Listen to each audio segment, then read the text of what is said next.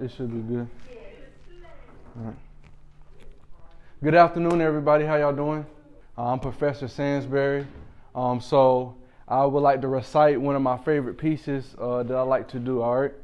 So it goes something like this: one fish, two fish, red fish, blue fish. The fish was sad, and the fish was actually glad. What's up? About to do some real poetry for y'all.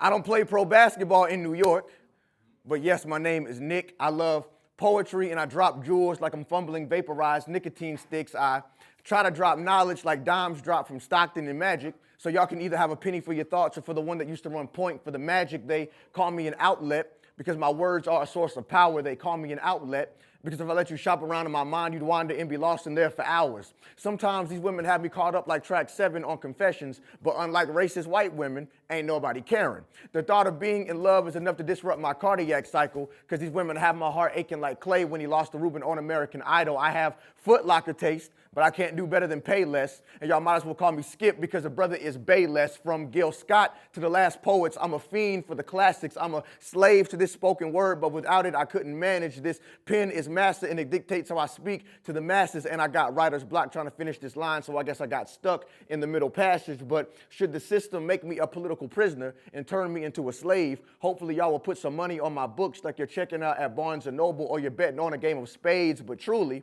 I'm just trying to make my mama proud like Trudy. And it's hard to make a penny when so many look on you with envy because sometimes our biggest haters are the ones who act friendly and try to be nice with me. So that's why, and I'm sure you know plenty who claim to be ride or dies, and the switch up is no surprise. They claim to keep it 100, but 50% of what they say is nonsense and the other 50% they say is lies, then their actions become deceiving. Because the first ones to cut you are usually the first ones to ask you why you're bleeding. People will con their way into your heart, and that's just how life goes, because you don't always need a dry erase marker for some folks to get exposed. Now, Well, I guess I could give it a try. I mean, I don't know, that was a little challenging. I know you got something in there a little better than what you started off with, brother. But I thought they were just kids. Nah. No? But they were just kids is what the news article generally reads. Right after a white man gets acquitted for the first degree. Uh-huh. Okay, what about the Browns, Rices, and Martins of the world? Talk to him. Okay, the true definition of they were just kids who didn't have a chance to prove that they were free because they were destined to destination before they even got a chance to breathe, and now that they're breathing, they still can't breathe. That's because the White House has this secret writing on the walls. Now it's a written house because that secret writing is the laws designed to protect people that look like him and not people that look like me. I know that outcome still feels like postpartum because they delivered a bunch of bull and the media controlling the narrative, writing a watered down script, wanting us to play the Joker, but I can't be no fool. I know if I walk past that judge stand, I'm headed straight to the back, not taking photo ops like it's family portraits when the only thing they families have in common is they both wear white hats.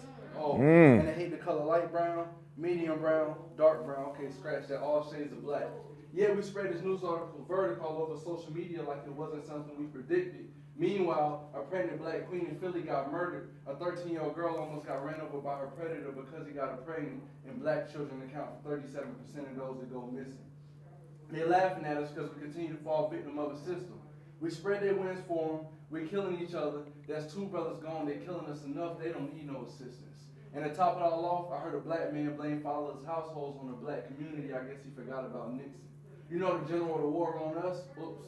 I mean the war on drugs, where the soldiers fought the desegregation with integration of the white fixing. They handed us addiction and they locked us up for it. They abolished slavery, so they had to find a new way to imprison our people. Chains and whips turned to handcuffs and batons is kind of feeling like the sequel. But truth is, black people didn't want desegregation no more than whites did. We just wanted to be equal. But I don't want equality no more. I want my people to be dominant as a whole, and no, I don't want white people in the field speaking cotton. I just want them to fill every other role. I want them to be the only ones in a corporate meeting get overlooked at the table. I want them to wear the "her face is unapproachable" label. I want them to start getting overlooked for being mentally unstable. I want them to lay on the concrete while I put my knee in their neck until it becomes fatal. And then when they march down the street to protest, it was a cop that's just doing his job. It was never racial. But it is. But to every person in this room, this message was never intended to be violent. I'm just a young black king that's taking his voice back because I'm done being Solid. Mm. Did I do it right? Woo, boy. Yes, sir. Yes, sir. Yes, sir. That was all right. That was all right. That was all right. That was all right. Hey, good afternoon, y'all. What's happening? What's happening? What's happening? It's good to see y'all. Look, my name is Nick Corman. I also go by NDC Poetry, on the interwebs, and with my business and whatnot. And one of the things that I like to do with poetry and spoken word is I like to educate. And I'm really Andre Sansbury, aka Suave the Poet. That's where you find me everywhere, because I'm smooth, something like that, right? However, I'm the one that likes to motivate to his educate. And we are Lost Voices Empire LLC. So we came out here today to give y'all some real insight on poetry. I know most of y'all probably read poetry in school. How old are y'all? You in what grade? 10th? 10th grade. Everybody 10th? Different? A variety? 9th and 10th? 9th and 10th. Okay. So boy, that was forever ago, what? But y'all all been introduced to poetry in some way, right? So outside of just now, because I know y'all enjoyed that, but outside of just now, how many have ever heard poetry in that sense before? Nah, for sure. Because just like most of y'all, our introduction to poetry was not the best. It could have been a little more engaging. It could have been a little, because I think that the common thing that we like to do is we like to see ourselves in whatever, we reading, and especially in, like the kind of work that we do. Poetry is an art. Like they try to teach it in a lecture format. They try to teach it in a writing format. But to me, and I'm pretty sure my brother, poetry is an art. So that's what we're here to bring to y'all today. Y'all ready to get motivated? Yes, sir. All right. So it took so many late nights to get here. Ones where I had to crush up my fears and put them in a dollar bill and snort them up while I shed tears, just to numb my anxiety. I thought it was helping me become me, but really it was hiding me, confiding me to only be sane when I had opioids running through my veins. But then I had this crazy idea. What if I could put my words and my thoughts to this pen and this mic? Then maybe it could be my kryptonite and help me put down these drugs at night. Then I had an even crazier idea. What if I could get on a stage in front of 500 people and talk about my demons, let them know that every action comes with a consequence? And if I get through to just one person in this room, then that's one less me. I'm not who you want to be. This isn't fun, having to face every battle, every demon, every depression with my tongue. And when someone tries to love me, I run.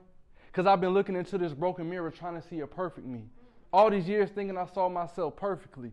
But how can I see past all these breaks and all these cracks just like the demons of my past? I've been running from my traumas, trying to get over my demons and my dramas, running from an obvious reflection, using it as protection to protect myself. But then I'm just running and running and running ain't gonna help. You gotta know where you come from to know where you're going. And that's why I'm here, because I let go of all my fears and I quit running. Peace. So, people in life, they want someone that they can depend on, right? So we all go through things. We go through pain points, we go through traumas, we go through different depressions, and it's like your first instinct is to run to somebody and tell them how you're feeling, right? But what happens when you start to feel like you don't have that outlet anymore, right? You start depending on other outlets. And then most people think, okay, well, if I do drugs, if I do alcohol, for some people, let's be real, it's sex. There's so many different things in reality that people go to cope because they feel like they can't use people anymore. And they think that this is going to get rid of that pain. They think this is what's going to help them heal. But eventually, it just sends you down a darker hole. Because when you can't think in your right consciousness, then you start to do things that are worse than the traumas you already have, and they just start to pile up more and more and more. That was me. I've been there. I already know how it feels. I know how it feels where you feel like you ain't got nobody to crutch on no more. You ain't got nobody to lean on. And you just start to do things that you can't control. And then you get worse and worse and worse. And then I found writing. That's a true story. I started writing poetry, and it started bringing light. Like I was able to actually sit here and write about my demons. I was able to write about my past. I was able to let my depression have an outlet that wasn't people. because I felt like I couldn't use them. I felt like people were judgmental. People didn't understand what you were going through unless they went through it. And even then, because they weren't going through it no more, now they don't understand what you got going on. Like people, they get real funny when they ain't in that situation no more. I can't be that person. Because I've been there, as who am I to judge you, whoever, for doing something because they're going through something. I can't do that, but a lot of people are that way. You got people who maybe turn to a pastor, turn to a teacher, and now that that's their position, they use that to forget about where they came from. I know where I came from, and that's really why I'm here today. And I started writing poetry, and it became my outlet. And that's why I started to share it with people. I've shared it with small audiences, big audiences, I don't care who it is. Not everybody's going to use poetry to come on a stage and perform in front of other people. Not everybody's going to use it to write a book, but just know you have that outlet to write. Keep it in your phone, put it in your notes. Just understand that that's a form of therapy, right? So whenever you feel down, I just challenge somebody in this room that leaves out of here today to be like, okay, I'm going to listen to what they said today and I'm going to start writing. That's my challenge to everybody in this room. All right. Nick, you turn it up. Well, you know what I'm saying? It's hard to follow something like that. But like for real. So like with writing being its own kind of therapy, it's important for, like y'all to know that it's something that, y'all can lean on, when you feel like there's nothing else to really like lean on. And as much as the writing is for you as well, like Andre just said, you don't have to, share it on stages. You don't have to, share your darkest, most innermost secrets and fears with the world. But like one of the things that, has like helped me, deal with some of the things that, I've dealt with in the past, because, my father passed away when I was 2 years old. I've, dealt with a lot of, child and, sexual abuse, like coming up. And, one of the things that is, like helped me like cope and, like deal with all of that, like throughout the years, has been the writing. And, once I finally got, comfortable with, like writing all of that and, like comfortable with it on the page, I got to the point where, I wasn't afraid to like share it, in front of strangers, because, at the end of the day, we're all connected. We might not know every, little detail about each other. We might not even, really like each other like that. But the truth of the matter is, like, each and every single one of us, we go through similar things. We all face, similar hurts, similar traumas, and, we're all connected, in that way. And, just like, because we're all human. And, like, with the writing, I've been able to, like, connect with, people that I would not have, foreseen myself connecting with, because of the kinds of things that, I've dealt with and the kinds of things that I write. I'm a 24-year-old black man. I've had 50 and 60-year-old white women, come up to me after performances, talk about, how much, like a poem that I said, resonated with them. Or, how, it reminded them of something that they went through. Because at the end of the day, while we may have differences, our similarities, like, outweigh all of those. And, like, where that connection is real. And I don't know if y'all, y'all are kind of young, but there's this movie that's based on a book. It's called Precious. And it had, so y'all are familiar. Okay, cool. So basically, for those who might not have, read the book or seen the movie, in Precious, the movie and the book really talk about and like chronicles the impact of like generational trauma and, how, a lot of times, people will, put, their hurt and their abuse, onto you and, like you're forced to carry that and it creates this like never ending, cycle of trauma and abuse. So, I wrote this poem, not only because of, that movie, but, just because of, things that I was dealing with and things that I was struggling with, that, I felt like I needed to, like really let go. So it's called A Life So Precious. So with a life so precious, this world treats you like Monique. The way it tries to knock you down when you seek to prove that you're unique. With a life so precious, this world looks at you like Monique. The way they hit you with unattainable expectations and unfair critiques, the way they project their trauma onto you but find a way to call you weak, the way they cut your legs from under you when you try to stand on your feet. Your life is so precious, It is hard for you to see that you're similar to Tupac. The rose that grew from a crack in the concrete, defying nature by learning to walk without having feet, but it hurts to see you wear your trauma like a necklace. It hurts that you don't consider your life to be precious. Countless times, self-hate has entered my mind, but I smiled while feeling empty and worthless. I juggled my pain and insecurities for family and friends who thought I was good on the surface. I jumped through flaming hoops of repression and depression so well, I could have been the main act in the circus. I questioned my love for poetry, wondering if all of this effort is going to be worth it, so I know what it feels like to walk in this world and be uncertain of your purpose. I've had days where I've questioned God and gotten so mad and wanted to square up and fight him so bad because I wanted to know why he took my dad before I got a chance to know him. I have days where the pain outweighs the pleasure. I have days where sorrow is my ruler and I feel like I don't measure up to expectations because of all of this pressure. I have days that feel like presidential elections. On those days, I'm tasked to make the selection between my demons and insecurities. Both are evils, but I have to choose the lesser of the two. And as I look into your eyes, I see that you've been going through it too. And I'm not here to claim I have all the answers or even know what to do, but I have 3 words that I've learned to always be true. Things get better.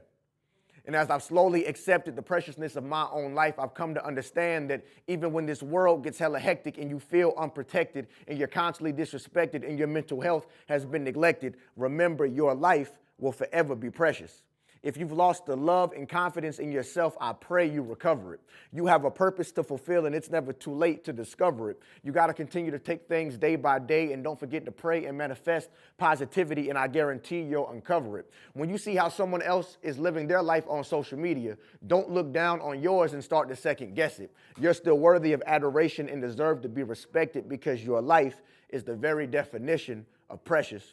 Because with a life so precious and a life so worthy to live, it's okay to see the accomplishments of someone else and not compare yourself to them. Remember that even when one light shines, the one next to it don't have to dim, and you don't have to be a perfect diamond when this world is full of imperfect gems. You're precious. Y'all remember that. It's about to get real. It's about to get real in here. You know what I'm saying? I know we got some artists in here. You know, hey, look, you know what I'm saying? I'm gonna talk a little something. You know, you know what I'm saying? I'm a fan of bars. You know what I'm saying? I'm a fan of bars. You know what I'm saying? Like Dove, like a soap factory bars. You know what I'm saying? Like Kit Kat bars. You know what I'm saying? You know, Twix bars. You know what I'm saying? We don't do you know what I'm saying? We ain't going to prison, but bars like a prison. You know what I'm saying? So listen. I want to tell y'all what my poetry is like. All right? You know what I'm saying? So my poetry is like the perfect ratio of lemonade and iced tea. My poetry is like the History Channel meeting early 2000s BET. It's like the Black Panther Party meets AJ and Free, or it's like the March on Washington being held in a 106 in Park. My poetry is like Langston Hughes and Ice-T writing cards for Hallmark. If I would have came in this poetry game 15 years earlier, I would have been a deaf poet, and I speak with my hands so much you'd think I was a deaf poet. I spit poetry so cleverly, the way I marry these metaphors and similes, my flow is so heavenly, so I thank God because I'm blessed, man. It'll be a long time like Nia before you find a brother that spits with more soul than Akia, because just like Tay Diggs, I'm quite simply the best man. My poetry is blacker than Tommy Smith and John Carlos throwing black fists at the '68 Olympics while standing on that podium. My poetry is like if the government never gave our people opium. My poetry makes white supremacists so salty that they're 50% sodium, and it makes minds richer than U.S. corporations that get paid from illegal acquisitions of petroleum. Plus, I spit like they never caught Malcolm slipping, and he had a rifle ready to blast back with at the podium. I spit poetry like my body just rejected an American apple pie that was baked at 400 degrees of oppression to cool off under a giant fan of lies and subjugation. Which is why I try without hesitation to use these words to heal my people throughout the nation like those Red Cross donations that never got to the Haitians after that earthquake. I'm trying to usher in a new Harlem Renaissance, but I spill so much tea in these pieces, it's like I'm trying to bring back the Harlem Shake. I I spit poetry like lectures to equip my people with knowledge they did not know. There's so much hustle in my flow that you could have gotten your bachelor's from Terrence Howard University, then went to Fred Hampton U to get your PhD. I spit like Tupac met Huey and Bobby and rocked the mic at a Black Panther party, because when I spit poetry, it's like war. This notebook is my shield and this pen is my sword, and this poem was brought to you by Honda so that we can finally get on one accord. I spit poetry like if Kanye never would have kept up with the Kardashians after meeting Kim, and I spit poetry to set you free like if they would have caught the plane in Queen and Slim. Now I want you to talk to him, you know what I'm saying? I want you to go ahead and talk to him one time for the one time. So another thing about poetry, you got some that's long, you got some that's short, right? I like her, she attentive, she paying attention. You got some long, some short, right? So don't ever feel like you gotta write too long, because then you get lost up in it, or write too short, because you know, it just is what it is. But my poetry is like, it's like this, because I'm like this, right? Okay. I'm smooth and clean like a bar of soap. That's why they call me suave. And the poetry just follows after, because that's my natural gift from God. And I'm protected like I got soul ties with Annalise, but I'm still serving bars. My punchlines pack power like they playing on stars. And when it's game time, you would think I was in med school, because my poetry saves lives, just not literal scars. And most importantly, poetry saved a lot of late nights in ERs, because poetry changed me. See, most people change with the idea of I want to become a better me. I changed with the idea of I ain't want my kids only knowing to letter me, or only being able to have conversations looking up to a place you can't travel with a visa. But when I said it to old me, I felt like everybody I love left like the eye of Lisa. Because one thing people hate the most is when they can no longer defeat you. See, pain is the greatest teacher, better than election, no professor. Most people fear the idea of monsters, but depression is the scariest creature. Poetry gave me hope. See, my poetry is like Dave Chappelle's stand-up. It always serves a purpose, but it's deeper than a joke. It's madness in my method, man. I want to see how high poetry can take me, no tote. See, my poetry been awakening consciousness before social media created this culture of woke. I want my poetry to help people get out of their own way, because we're the only ones who can give us hope. I want to appeal what sign off on that last line, so I'm going to direct your attention back to the last line that I wrote. I want my poetry to help people get out of their own way, because only we can give us hope. Signed, a sincere poet. Ooh. My poetry is like that. Ooh. Excuse me. Well, my poetry, no, I'm playing. But look, so like right there, you know what I'm saying? Poetry is also used as I don't care. No. It's also used as an entertainment thing, you know what I'm saying? Because if poetry, hey, how you doing? You came in for the show. You at the end. Like, you should have came in the beginning. We would have taught you what our poetry is like. No. Oh, word again. All right, let's see what I got for you. Let's see what I got for you. What I got for you? What I got for you? Let's see. Y'all listen to y'all ever heard of Music Soul Child? Y'all ever heard of the song Just Friends? All right, so look. Lately, my fault. So lately, I've been listening to a lot of Music Soul Child. So I thought it would be fly if you were my B-U-D-D-Y, and it's so wild how I constantly see you online and click your profile, but I just want to get to know you and make your soul smile. I've never been a stalker, but I've been watching you for a while, and I just got to let you know that I'm really feeling your style, and this world is so hostile to women that look like you. I'm not trying to add to that whirlwind, but I'd like to learn about you until the world ends, and you ain't even really got to be my girlfriend, so I'll easily settle for being your homie, associate, or best friend, but whatever I am, I just want to help you stay on track. You run through my mind like Flojo in slow-mo, and just like your vertebrae, you should know I'll always have your back. And I know this might be unconventional from what you're typically used to, so just know it's all real. You're already immaculate like a diamond, so I'm not trying to pressure you with how I feel, so maybe sometime we can hook up, hang out, and just chill. You trying to get smooth? That's my job. I'm suave. I'm suave. So I think it go a little bit like, hey, lady, how you doing? Because you know that's what she wants to hear. But then it's forget you, I hate you, because that's what she accepts due to the fear. The fear of men walking utterly out of a life, but who wants love, loves, and treating you right? You surrender your power to this man, giving him the upper hand, while the world has these demands of how to walk, how to talk, how to sit, how to stand. Never let a person tell you how to express yourself. That's like waking up in the morning not being able to dress yourself. And anything you do, don't do it for others, but impress yourself.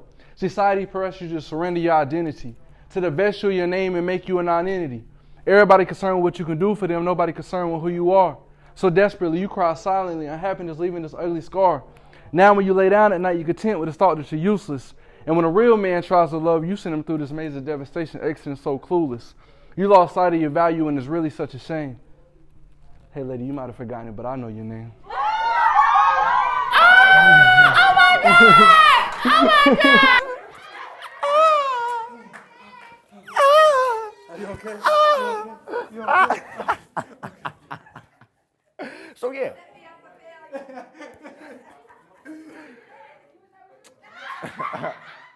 But I know your name.